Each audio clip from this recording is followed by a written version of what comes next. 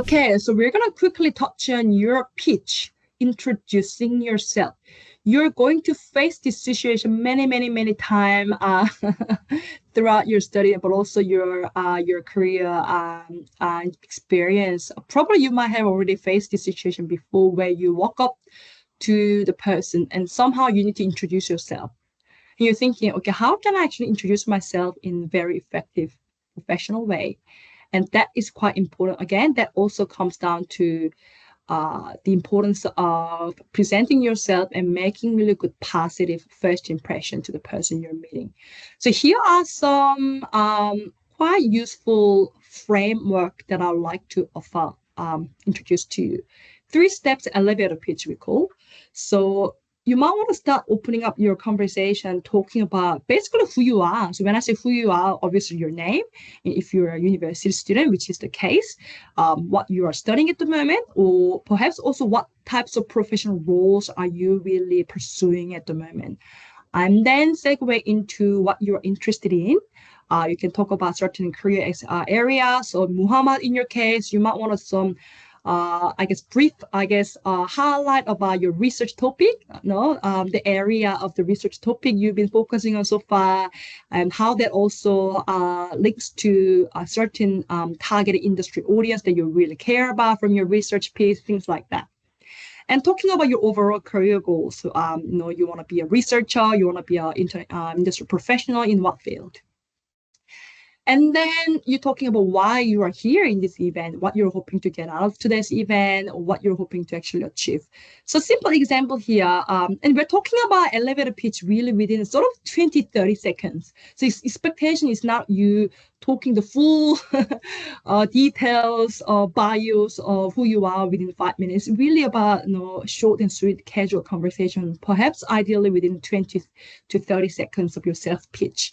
Hi, my name is Maya, and I'm in my final year. Yeah, I'm doing a master's degree. I'm in my final year at the moment. And at the moment, I'm quite interested in digital campaign space, and I really want to pursue my career in branding strategy indeed. And I wanted to come to today's event because I was really hoping to connect with other students, but also learn from industry mentor. Simple, and this is some examples of incorporating these 3 steps elevator pitch formula that I'm introducing to you.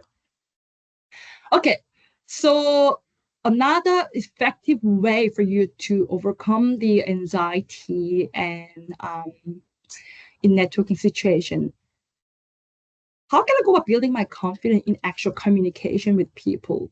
So a few tips and advice I'd love to offer to you all here. It's actually okay indeed to ask someone to repeat or speak slower. I still use this tactic a lot, especially when you are entering a networking event. There's so now loud noise everywhere. It's so hard to catch what the person is saying, or the person might be very fast talker, so it might be really hard to catch what they're trying to say. So it's totally okay, acceptable for you to ask someone to repeat. Sorry, I didn't quite catch what you say. Would you mind if you just say it one more time? And you can ask, speak slower. That's totally okay. Or focus on being clear, not try to be perfectionist. It's not about you trying to make perfect, amazing vocabulary sentences. Just focus on more being clear and get your point across in clear, concise manner in verbal communication situation. Use some simple but professional language is something that I want you to continue working on here. Personally, it's better to avoid slang unless you know what you're talking about. So trying to make it simple but professional language you're choosing in your everyday conversation. And practice definitely. The previous slide that I give you some recommended formula on how to introduce your elevator pitch. So I want you to take the slide away and actually come up with your own 20 seconds of elevator pitch and practice it. You can practice in front of a mirror. You're more than welcome to come and see me so we can actually practice together. And I can give you some verbal feedback on that too.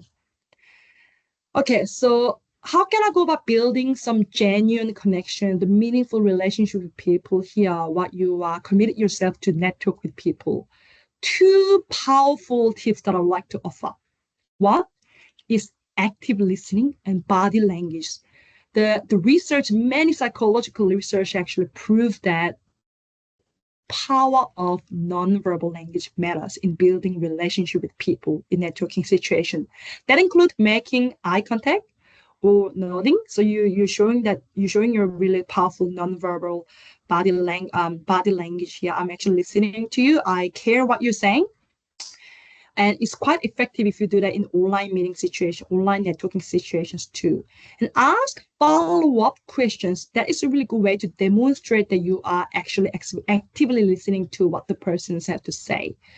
And another way to demonstrate your active listening skill is actually paraphrasing to show you heard, you understood what they're saying. For example, yeah, I see what you mean. Or do you mean this? Oh, that's really great points. Or I'm just keen to hear more about that. Do you have any examples?